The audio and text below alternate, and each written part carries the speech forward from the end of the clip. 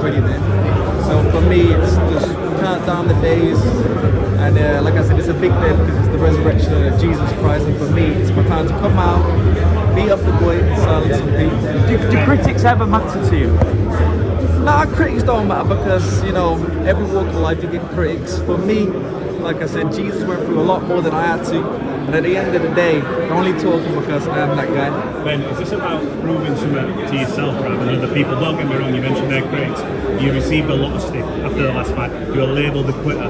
You were labelled everything. Is this more of a thing of, look, when I get this win, this is all about me rather than proving you wrong? Because you believe you are that guy. Yeah, of course, like I said, if I go out there and stop him in the first round, people are going to still have a lot to say. So for me, it's go there, win, and just let him talk at the end of the day. He's a celebrity now.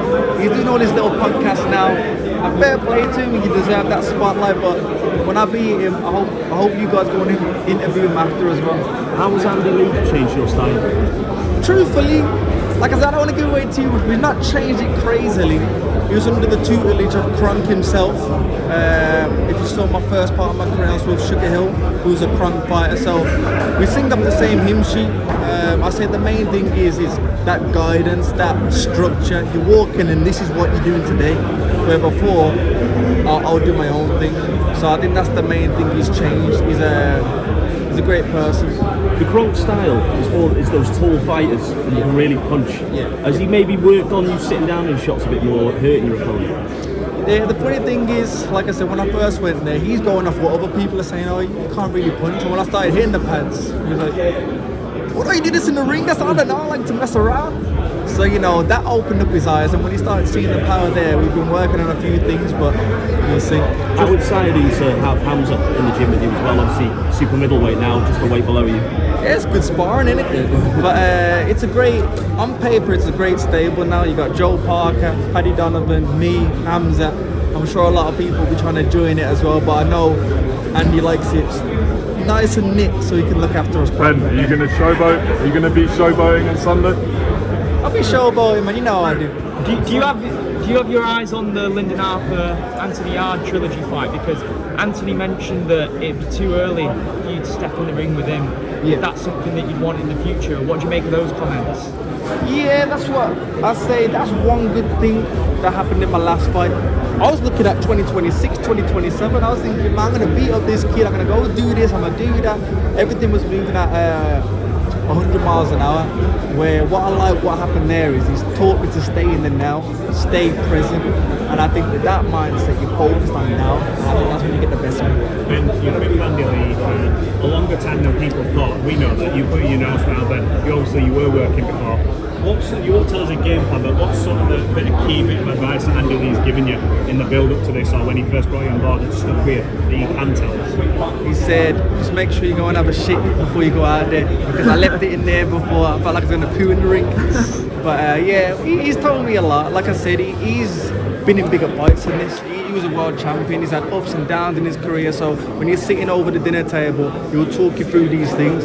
And when you come back to when the critics, when people were calling you a critic, do you let that get to you? I know you said before, you know, it comes with the territory, you've got to be made for this, but when people are labelling a boxer, that's kind of one of the most offensive things you can be called. People take defeats and they can come back, but when you label a quitter, it's normally like something that sticks. Have you just water off a duck's back, crushed it off, or is it something that you've had to deal with and then come back from? How's that sort of resonated with you? I shimmied it off, man. Like I said, they can all say what they want to say, but I might get that tattooed after I beat him, man. Put Quittaker on my shorts. A lot has been made about Liam Cameron and his motivation for this fight, but what's your inspiration to prove that was wrong in this fight?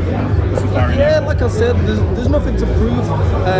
If anything, it's just show what I'm made of, show the real Ben Whittaker, and I'll show that Sunday. And when I get the victory, we'll move on. Ben, what's your prediction for next week, Ben Eubank? Ooh, that's a good one. I like both guys, to be fair. I do really like both guys. So I will say on the second bench it's 50-50, but I like the way Eubank's been doing it. I think the build has been great, and just off the build-up, I'll probably just edge towards more Eubank. Did you see Eubank Jr saying he won't be in the corner next week? Yeah, it's a shame, but at the end of the day, I saw an interview with, what's his name, Eubank. It's not like it's nothing new. Through his career, his dad's not been in his corner for a couple of fights now, so for him, it's just another fight, really. Is this the first time you've been talked about as having potentially real pressure, because this is it's do or die for you at this point in your career. You can't really can't afford to lose, and you ideally would want a big knockout, wouldn't you? You've got that pressure on yourself to perform, not just win, but win very convincingly, get a highlight reel knockout. Yeah, well, I say that's the thing. It's all talks now, pressure this, pressure that, but in the Olympics, there's no do-overs there. You wait 4 years just for that moment. So a lot of people say, this is Ben's time to shine, and every time I went in there, I shined, and that was with one arm. Not a lot of people know it. I did that with one arm. So I'm at 100% right now, feeling great. I've had a great camp, and you'll see, man. Your personality as well puts that pressure on yourself anyway, because the talk needs to be backed up. It shows the confidence that you have in yourself. Has that always been a conscious thing? Because it's going to put bums in seats, eyes on the TV, to see if this guy can really back up what he's saying. I don't think it's my personality, man. My mum always said you'll be a star, and that's the way I was brought up, you know. But like I said, I've got two sides to me. I'm a humble guy as well. My dad worked 2 jobs, mum worked 2 jobs. I know what's right from wrong. But when the cameras are on, you always want to be a person who nods and smiles, so you want to stir up some stuff. Sadly, I'm a person that likes to stir up some stuff. Ben, what did you make of when he was saying, you know, you should have accepted the 12 rounds? Like, were you offered that? Were you Come involved? on, man. You don't want no 12 rounds. He just wanted more money, and we know that. Like I said, my contract said 10. I don't know what he said. If he wants to give me some more money to do the 12, that's fine, but just tell him to just take his little money, take his 10 rounds, and shush his mouth.